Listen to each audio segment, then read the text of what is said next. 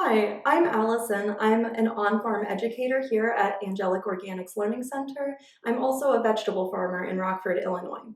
And as a food educator, a vegetable farmer, and someone who eats, I'm really interested in talking to folks about how they can be incorporating more local foods into their diet.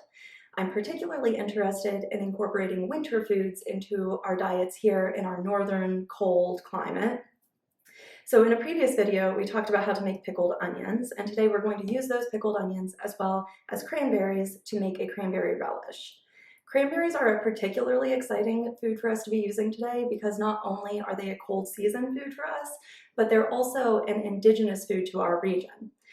I'm not an expert on how cranberries have been used by the indigenous cultures of our region, but if you're curious about learning more, I would definitely invite you to check out Wild Berries, which is an organization run by a Ho-Chunk woman and her daughter, and the link to that will be in the description box below. Cranberries are typically harvested in the early fall, but we think of them as a cold season food because we usually cook or preserve them to eat them, because cranberries in their fresh state are really tart and kind of bitter as well. So we wouldn't necessarily snack on them in the same way that we might snack on a strawberry. Instead, we do things like dry them, make them into sauces and stuff like that. So today we're making a cranberry relish, which is kind of like the fresher cousin to cranberry sauce. The main difference is that cranberry relish isn't cooked and cranberry sauce is cooked. But in both cases, both cranberry relish and cranberry sauce, we're adding ingredients that are sweet like honey, salty like salt and pickling brine, to balance out the bitterness in the cranberries and bring all of the flavors together.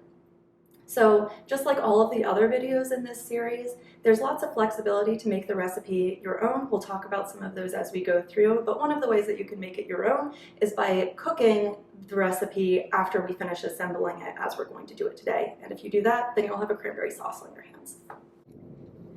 All right, so the equipment for making this relish can be either really low tech or really high tech. Either way, you're gonna want a spoon for sure. Some measuring spoons will be helpful. A peeler and a chopping knife, or a zester for zesting the orange. We'll show how to do it both ways. The knife you're also going to want for chopping your onions either way. A mixing bowl for combining all of the ingredients together, and a jar for storing your finished relish in. If you do have the equipment, you can use a small food processor to make the chopping go faster. But if you don't have it, no worries. Using a knife works too, and we'll show you how to do it both ways. The main ingredient in our cranberry relish is, of course, cranberries. These ones we got locally and we froze them for a while. That's why we've got some liquid on our board. Cranberries are the perfect opportunity to be sourcing locally from a small farm that you know is using practices that are sustainable, because the way that cranberries are grown means that the chemicals used during the growing process have a big impact on local waterways. So the more that you can know about your farmer's practices, the better with cranberries. In addition to cranberries, we'll be using our pickled onions from the last video. We'll use about a half a cup of the pieces of onion themselves, and we'll use about a tablespoon of the pickling liquid. You'll also need an orange. If you want your relish to be a little less sweet, you can use the juice from an orange instead of the pickling liquid. But in either case, you'll also want an orange for the zest. We'll use a couple teaspoons of orange zest. Next, you're going to want honey. We'll use about a half a cup as the sweetener in our recipe. You can use less if you want a more savory recipe, or you can use a little more if you would prefer that your relish be sweeter. You'll also need about a teaspoon of regular table salt.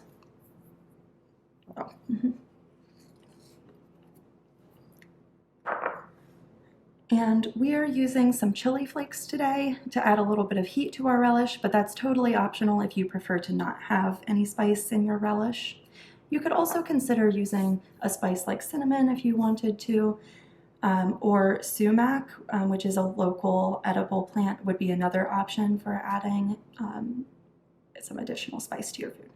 We can cut that part. The main part of the process of making cranberry relish is getting the cranberries into small bits. So we're going to do that by hand today so that I can show you how to do it by hand. If you happen to have a food processor, you can definitely use that. You can use a big one or a small one and work in batches. The main thing to keep in mind if you are using a food processor is to pulse so that you get bits and not a puree. So just work carefully and slowly so that you don't pulverize your berries into a completely smooth paste. But now I'm going to show you how to do it by hand and show you what kind of outcome you're looking for if you do use a food processor. So we're going to put just a handful of berries on the cutting board at a time so that they don't run away from us. And then we're going to chop them. We don't have to do one at a time. We can do them kind of in groups. But if we were to do one at a time, what we would be aiming for is about quarter-sized pieces. Not like a quarter of the berry, not a quarter like the piece of money. So this is about the size that we're looking for.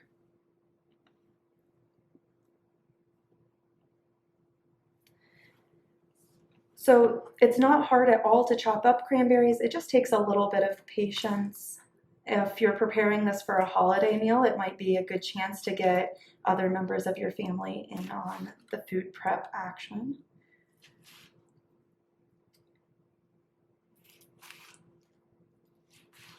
If you've ever chopped up a cherry tomato, it'll kind of remind you of what it's like to do that.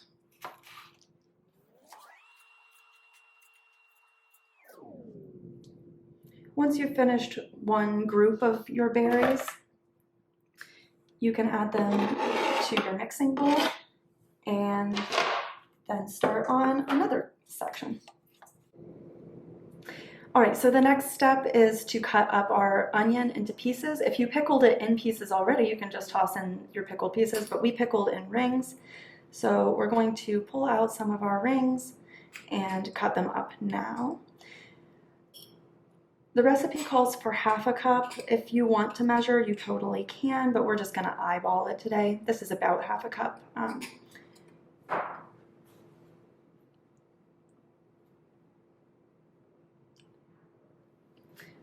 All right. Just like with the cranberries, it doesn't need to be like perfectly uniform pieces. Depending on how present you want the onion flavor to be in your finished dish, you might choose to do smaller pieces that would integrate into the flavor more and just kind of like meld into the background, or you could do larger pieces and then you would get some bites that had more oniony flavor in them. It's kind of up to you. These onions that we're using are the ones that we've already pickled. We pickled them about a week ago, so they've been in the fridge hanging out in their brine for that long, and they've really mellowed and have like a nice balanced flavor. If you use more recently pickled onions, or you could even hypothetically just use raw onion if you really like oniony flavor, both of those options would create a more assertive onion flavor in your relish. If you're not so sure about having an onion flavor in your relish, or if you're going for a sweeter relish, you might dial back the amount of onion that you use. Definitely make sure that you let it pickle for a good long, like at least a few days before you use your onions.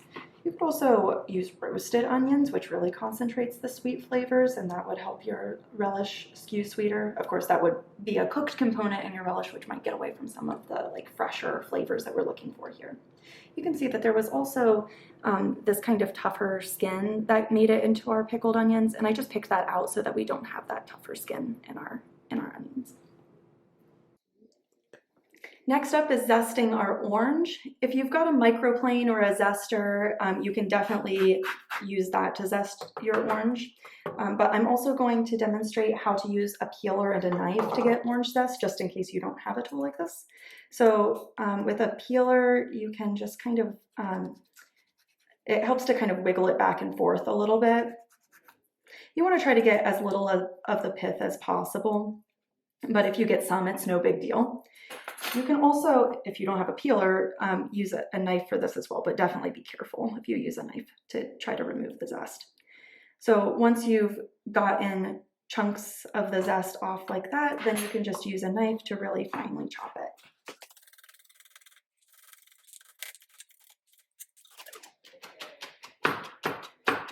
So remember, we're aiming for about 2 teaspoons of zest. Like I've said, use more or less based on what you like. If you want a really orangey relish, you can definitely use as much zest as you would like.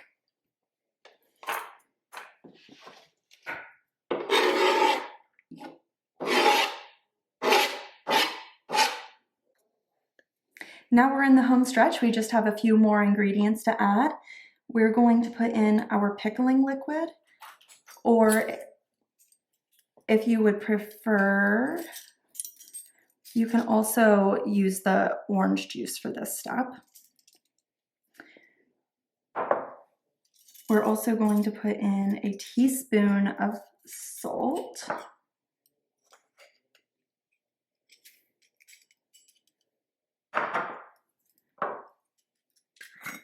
We're using chili flakes, but you could use cinnamon, or you could skip adding any spices altogether. And then all we have left is to add our honey. Honey is notoriously frustrating to get out of a measuring cup, so we're just going to pour in and estimate. We know that this particular size jar, a pint size jar, is 2 cups. So we're at about maybe 2/3 of a cup left in here, so we want to use not quite all of what's left in here to get our ½ cup of honey. You can totally use a measuring cup and measure, though,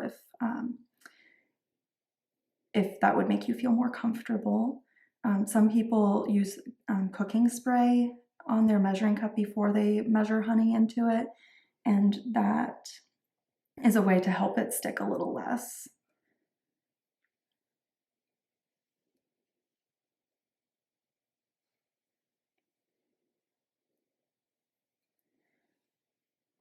So here are all of our ingredients in our bowl together, and all that's left is to mix it together,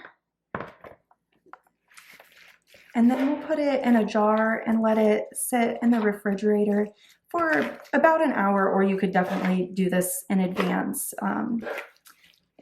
Like, it can hang out in your fridge for as much as a week before you eat it. You do want to let it set and hang out together for at least a little while, though, because that'll give a chance for the sugars and the honey to help break down some of our other ingredients and let everything blend together. We could kind of compare it to the difference between the ingredients having a handshake with each other and the ingredients hugging each other. If we give it more time, then they can get more friendly and give each other a hug and taste better. All right.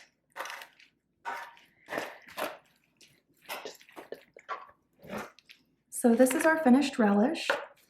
Like I mentioned at the beginning of the video, if you did want a more sauce-like product, you could definitely put this in a saucepan now, add a little bit more liquid, either pickling liquid or orange juice, and then cook it on medium-low heat for maybe about 10 minutes to let everything kind of break down and gel together to create a more sauce-like texture. But otherwise, this is our really fresh, fruity, bright relish that would be perfect to eat with something like meats or goat cheeses that have like an umami rich flavor. I think that it would be a really good condiment to go with kind of a brunch menu like waffles and sausage. It would be perfectly at home on a sandwich, or stick around with us and you'll see how we use it in a salad dressing.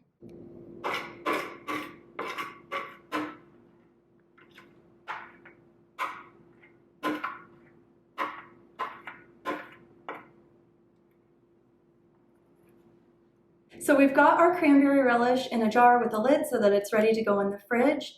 It'll be ready to eat in about an hour, or you have up to about a week to enjoy it. Regardless of how you choose to use your cranberry relish, I hope that you get creative with it. And if you're curious about how we are going to use ours, keep your eye out for our future video where we'll turn this cranberry relish into a salad dressing to use on a winter vegetable salad. Until next time, happy seasonal eating, and I'll see you soon.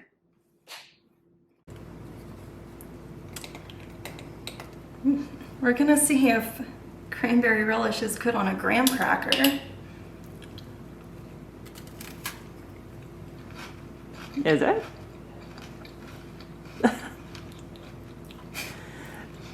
That is very good. Actually, I would eat that. I'm gonna have to try some. Yeah.